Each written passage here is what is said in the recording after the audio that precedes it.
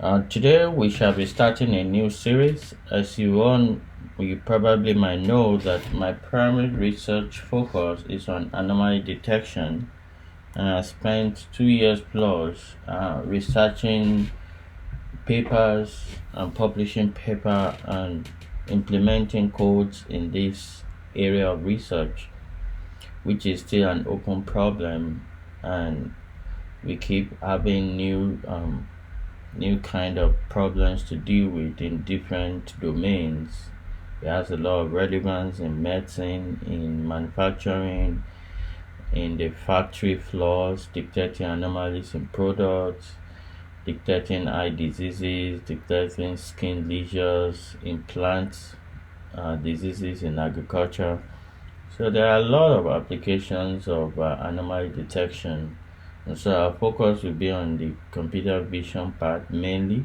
We may have course to look at some others, but we'll mainly focus on the computer vision aspect of it. So basically, it's going to take this shape. We'll be looking at the papers that have been published in anomaly detection domains, and we try to explain the architectures and the problem they try to solve.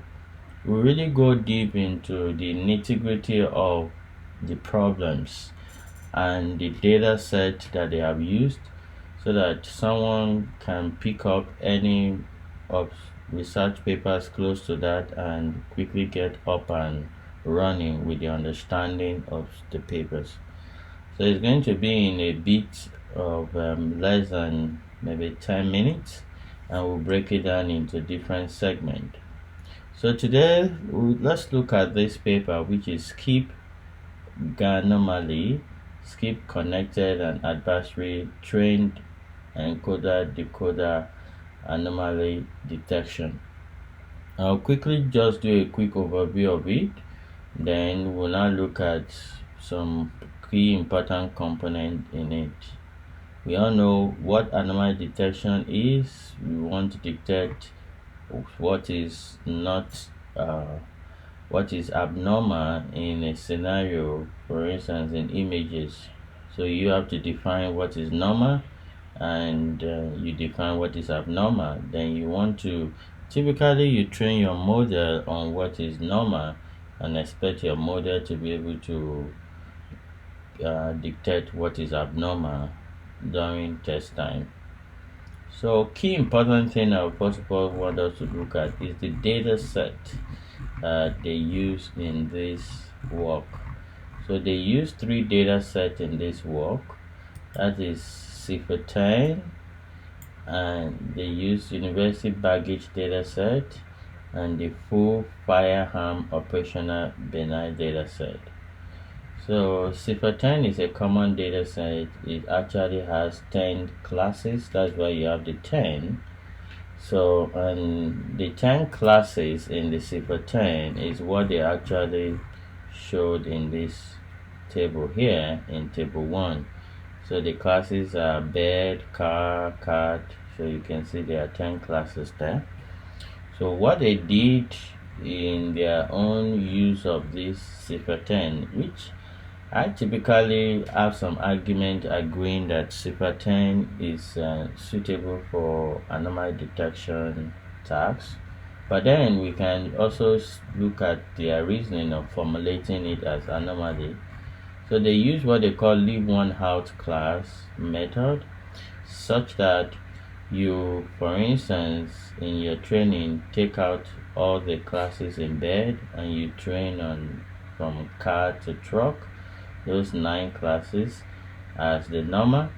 Then during test time you can throw in classes instances from class bed or from any other classes, and you expect your model to be able to detect that, oh, bird is anomaly, others are actually normal. So that's what they use the Cipher10 dataset to do to how they formulated it as anomaly detection tasks. And you see that they use the AUC as their evaluation matrix, that is the area under the curve of the receiver operating characteristics. That's an important metrics that it's often used for anomaly detection purpose. I will argue that we'll have expected to see the F1 score as well, because a real scenario of typical anomaly detection task based on my experience is always saddled with imbalance in the number of instances in training. So could have been better to incorporate the F1 score into the evaluation matrix as well. So, like I earlier said, they constructed this as leave one class out anomaly detection problem. Now, I've not used this UBA and the other ones, but I have more information. We'll probably talk more about it in later video on it. Well, in rounding up, let me start diving into the details of the proposed network architecture.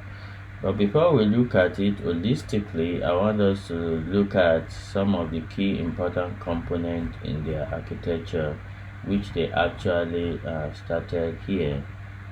So we'll just look at one, which the next will continue with it. So one of the important components in the architecture is the encoder, which is G subscript E. So they have an encoder G subscript E. From all the video tutorials we made, you must have heard about the autoencoder. The autoencoder typically has two networks. It has the encoder and it has the decoder. So the network G adopts a bow tie using the encoder and a decoder. So let's quickly look at the encoder part of it. The encoder network, what it does is just standard. It captures the distribution of the input data by mapping high dimensional image X into lower dimensional latent representation Z. I want to do a quick on the breakdown of this key important terms here. What do we mean by the word distribution of the input data?